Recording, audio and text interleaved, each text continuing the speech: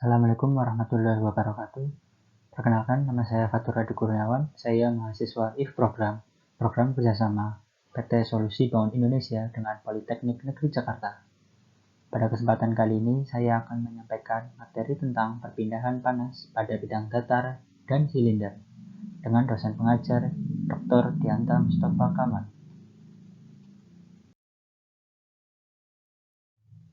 Ya, baik. Pertama, untuk merefresh materi saja, yaitu mekanisme perpindahan panas, yaitu ada 3, konduksi, konveksi, dan radiasi. Pertama, konduksi yaitu perpindahan panas melalui media perantara yang tetap.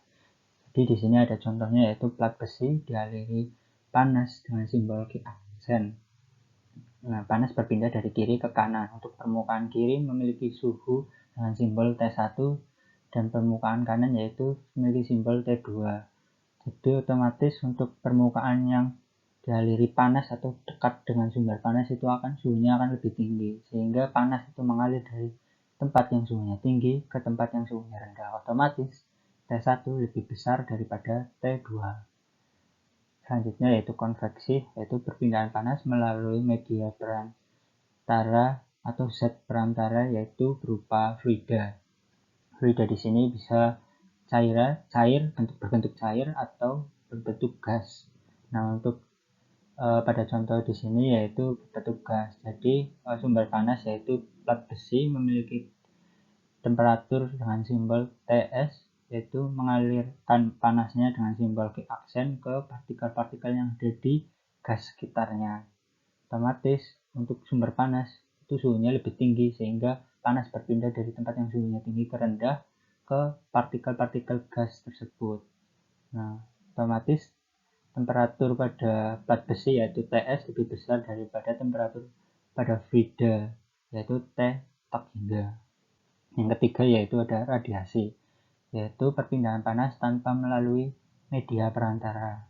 Jadi di sini ada contohnya yaitu permukaan yang memiliki panas. Jadi panas itu dipancarkan melalui gelombang elektromagnetik. Nah, sehingga pada permukaan 1 yaitu temperaturnya disimbolkan dengan T1, untuk permukaan 2 disimbolkan dengan T2, memancarkan panasnya tanpa melalui zat perantara apapun, yaitu untuk permukaan 1 simbol panasnya yaitu Q1 aksen, untuk permukaan kedua yaitu dengan simbol panas Q2 aksen. Selanjutnya yaitu kondisi perpindahan panas. Untuk kondisi perpindahan panas yaitu dibagi menjadi 2, yaitu kondisi steady state dan kondisi transient atau unsteady. Perbedaannya yaitu kondisi steady state, suhu pada titik pada suatu media selalu tetap atau tidak berubah seiring bertambahnya waktu.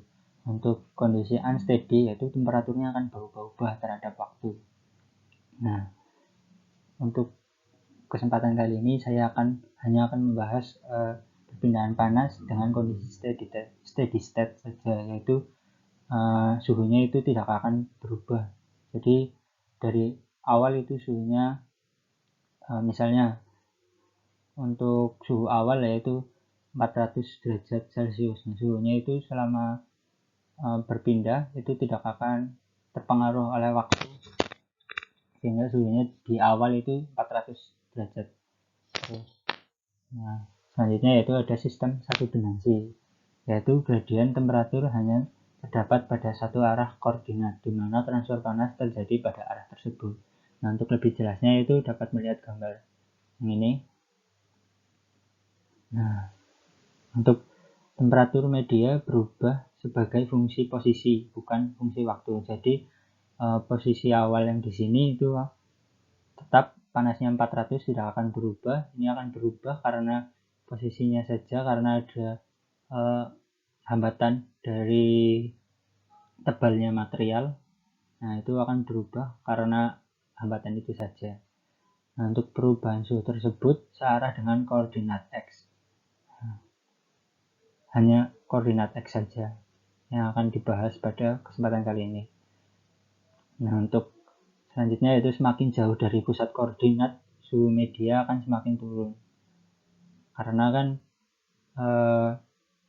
suhu yang awal misalnya 400, di sini ada hambatan dari besi, tebalnya besi itu misalnya 30. Nah, di sini itu panasnya itu akan semakin turun. Semakin banyak hambatan itu akan semakin turun suhunya. Untuk laju transfer panas nilainya konstan sepanjang X, koordinat X. Nah, ini nilainya akan konstan. Selanjutnya yaitu perpindahan panas konduksi pada bidang data. Nah, di sini terdapat plat dengan tebal yaitu simbolnya X. Untuk laju perpindahan panas dengan simbol Q. Untuk temperatur awal atau temperatur permukaan yang terluar yaitu T1, dan untuk temperatur permukaan dalam disimbolkan dengan T2. Untuk luas permukaan disimbolkan dengan A, dan untuk thermal konduktivitas material yaitu K. Jadi untuk perpindahan panas konduksi dengan bidang datar yaitu menggunakan hukum Fourier. Yaitu hukum Fourier menyatakan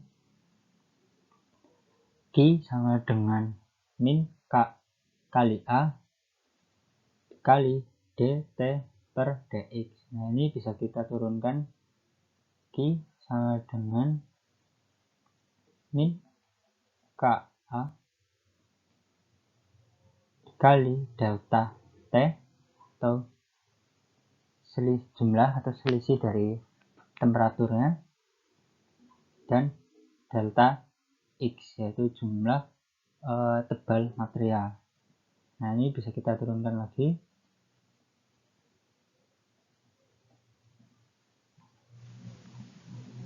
Yaitu min delta T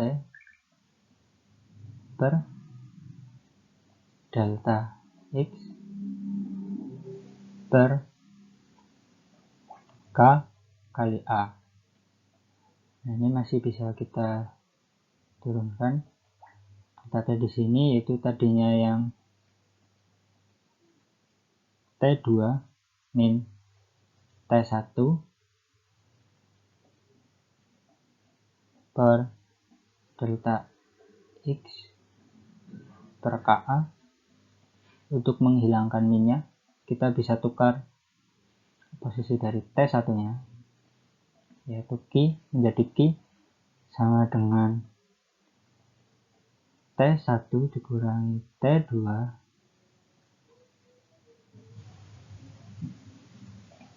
T1 dikurangi T2 per delta X yaitu jumlah tebal materialnya per K konduktivitas thermal dari materialnya kali A yaitu luas permukaannya. Nah, jadi kita bisa menghitung laju perpindahan panas di suatu material bidang datar dengan rumus ini untuk lebih mudah menghitungnya. Nah, untuk selanjutnya itu ada contoh soal. Terdapat dinding dengan bahan batu bata atau common brick dengan tebal yaitu 30 cm dengan temperatur dinding terluar atau T1 yaitu 200 derajat Celcius dan temperatur dinding bagian dalam yaitu 50 derajat Celcius. Untuk ukuran dinding tersebut yaitu dengan panjang 500 cm dan untuk lebarnya yaitu 1000 cm. Nah, berapakah laju perpindahan panas pada dinding tersebut? Nah, untuk konduktivitas termalnya itu 0,7 watt per meter Kelvin. Oke, selanjutnya yaitu penyelesaiannya. Untuk pertama yaitu diketahui tebal dinding yaitu 30 cm dijadikan meter yaitu 0,3 meter. Untuk temperatur awal yaitu T1 yaitu 200 derajat Celcius. Untuk T2 untuk temperatur bagian dalam yaitu 50 derajat Celcius. Untuk luas permukaan dari plat tersebut yaitu menggunakan rumus persegi panjang yaitu 2 kali panjang tambah lebar, yaitu ketemu hasilnya yaitu 0,3 meter persegi dan konduktivitas thermal yaitu 0,7 watt per meter Kelvin. Nah, tanya yaitu laju perpindahan panas konduksi. Penyelesaiannya yaitu menggunakan rumus yang tadi, Q sama dengan T1 kurangi T2 per delta X per K kali A.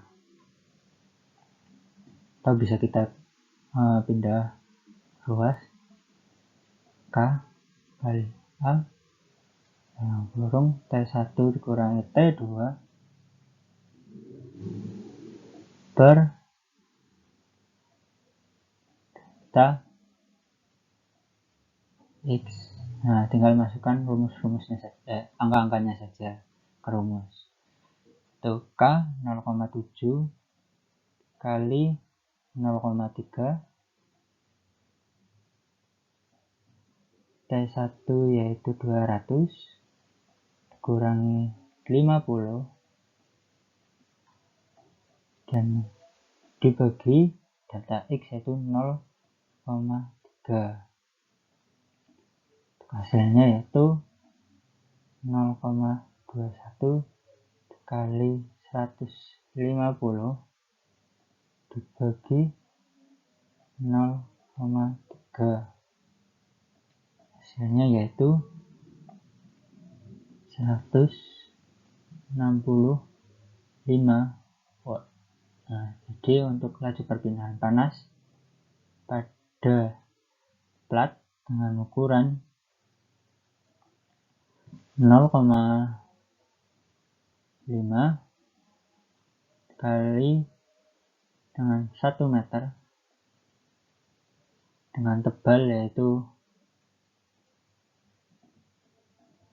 30 cm atau 0,3 meter, laju perpindahan panasnya yaitu 165 watt.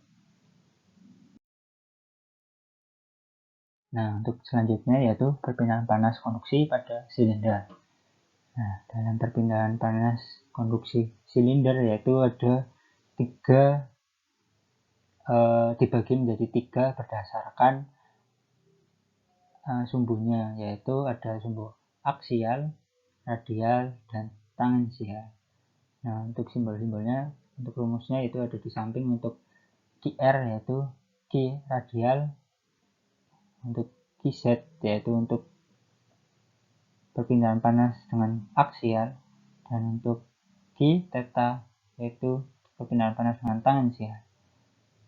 Nah, pada kesempatan kali ini gradien temperatur pada silinder itu diasumsikan hanya terjadi pada arah radial saja.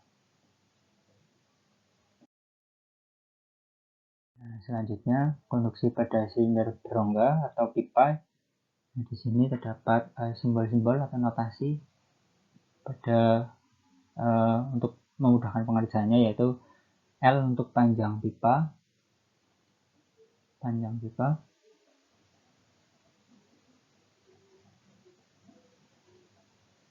dan R1 untuk radius dalam dari pipa, dan R2 untuk radius paling luar pada pipa. Untuk temperatur 1 yaitu temperatur pada lapisan bagian dalam, untuk T2 yaitu untuk lapisan bagian terluar.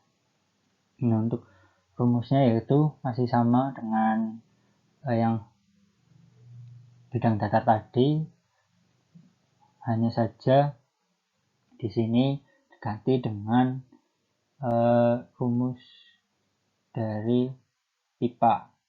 Nah, untuk lebih jelasnya yaitu di sini ada QR sama dengan min KA dt per dr. Selanjutnya diturunkan menjadi hanya diganti 2PRL untuk mencari alasannya. Selanjutnya diturunkan lagi menjadi QR per 2PL dr per R sama dengan min K dt. Nah, di sini selanjutnya yaitu diintegralkan jadi R1 sama dengan T1 dan R2 sama dengan T2. itu akan mendapat rumus QR per 2 PL ln R2 per R1 sama dengan min K dalam kurung T2 min T1. Nah, ini bisa kita ringkas menjadi QR sama dengan 2 pi KL per ln dalam kurung R2 dibagi R1 dan T1 dikurangi T2. Nah, ini rumus yang akan kita pakai dalam latihan-latihan soal nanti. Nah, untuk persamaan di samping dalam bentuk tahanan termal atau untuk mencari R-nya itu kita bisa, untuk mencari R-nya saja itu kita bisa mengambil asumsi dari rumus yang sebelah tadi, yaitu QR sama dengan T1 per T2 per R. Jadi untuk R-nya itu bisa kita ambil, perhatikan T1 min T2. Nah, R-nya itu dari sini yang dibalik ln per R2 per R1 per 2 pi KL. Nah, jadi R-nya diambil dari sini. Jadilah ini. Nah, untuk mencari, misalnya untuk mencari pipanya berlapis ada 5, berarti kan R-nya itu ada 5, yaitu R1, R2, R3, R4, R5, dan R6. Oke. Lapisan paling luar. Nah, itu bisa kita gunakan R ini dulu untuk mencari hambatannya, kemudian dimasukkan ke dalam rumus satu persatu sesuai dengan selisihnya. Yaitu ada contoh soal, itu terdapat pipa besi dengan diameter luar 6 cm dan diameter dalam itu 4 cm dengan temperatur dinding terluar 40 derajat dan bagian dalam atau temperatur bagian dalamnya yaitu 100 derajat Celcius.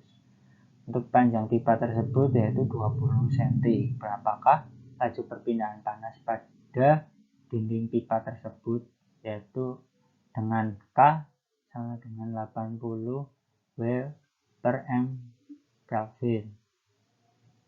K ini adalah konduktivitas dari pipa besi tersebut. Nah, untuk penyelesaiannya ada di sini. Nah, untuk penyelesaiannya yaitu di sini ketahui tadi, yaitu untuk R dalam atau radius dalam, yaitu dari diameter dalamnya itu dibagi 2, 4 cm dibagi 2 menjadi 2 cm, diubah menjadi meter menjadi 0,02 meter. Untuk radius luarnya yaitu sama, dibagi 2 dari diameternya, yaitu dari 6 cm dibagi 2 menjadi 3 cm dijadikan meter 0,03 meter. Untuk panjangnya juga dijadikan meter juga, dari 20 cm menjadi 0,2 meter. Untuk konduktivitas termal di pipa besi tersebut yaitu 80 watt per meter Kelvin. Untuk temperatur satunya yaitu yang ada di dalam pipa, yang di bagian dalam ini yaitu 100 derajat Celcius, untuk bagian luarnya yaitu 40 derajat Celcius. Jadi temperaturnya itu bergerak dari dalam ke luar. Berapakah sih laju perpindahan panas konduksi pada pipa tersebut? Nah, menggunakan rumus yang tadi yaitu Q. Bisa kita QK atau QR karena sumbunya yaitu radial sama dengan 2 pi kali dari konduktivitasnya kali dengan L per ln R2 per R1. Kemudian suhunya di sini yaitu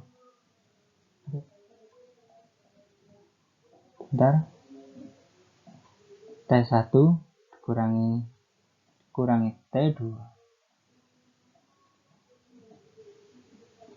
Nah, kita tinggal masukkan nilai-nilainya saja. Di sini itu 2P K-nya 0,80, L-nya 0,2, temperatur 1 yaitu 100 derajat,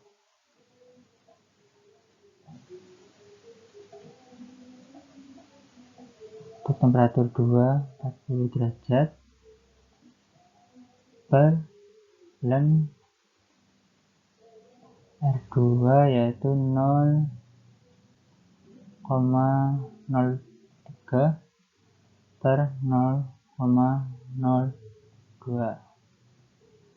Nah, kita hitung untuk ln-nya yaitu menggunakan kalkulator saintifik saja, yaitu didapat 0,4054.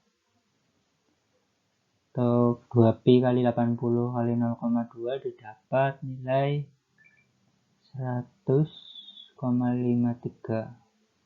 Nah, ini suhunya yaitu 60 selisihnya.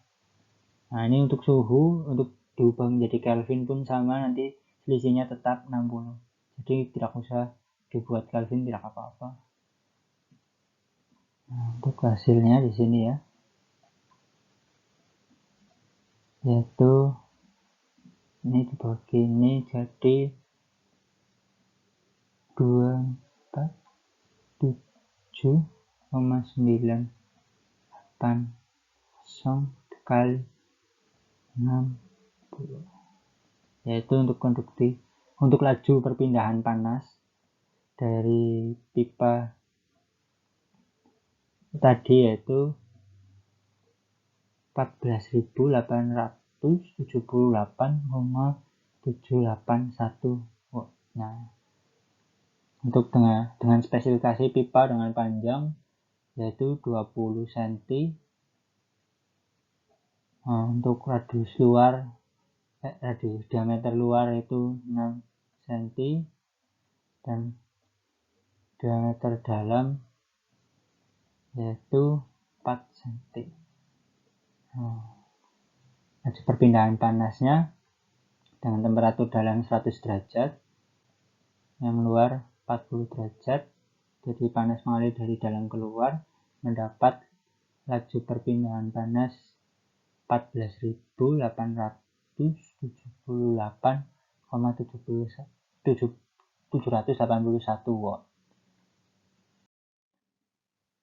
Baik, sekian dari saya, kurang lebihnya mohon maaf. Semoga bermanfaat ilmu yang sedikit ini. Terima kasih. Wassalamualaikum warahmatullahi wabarakatuh.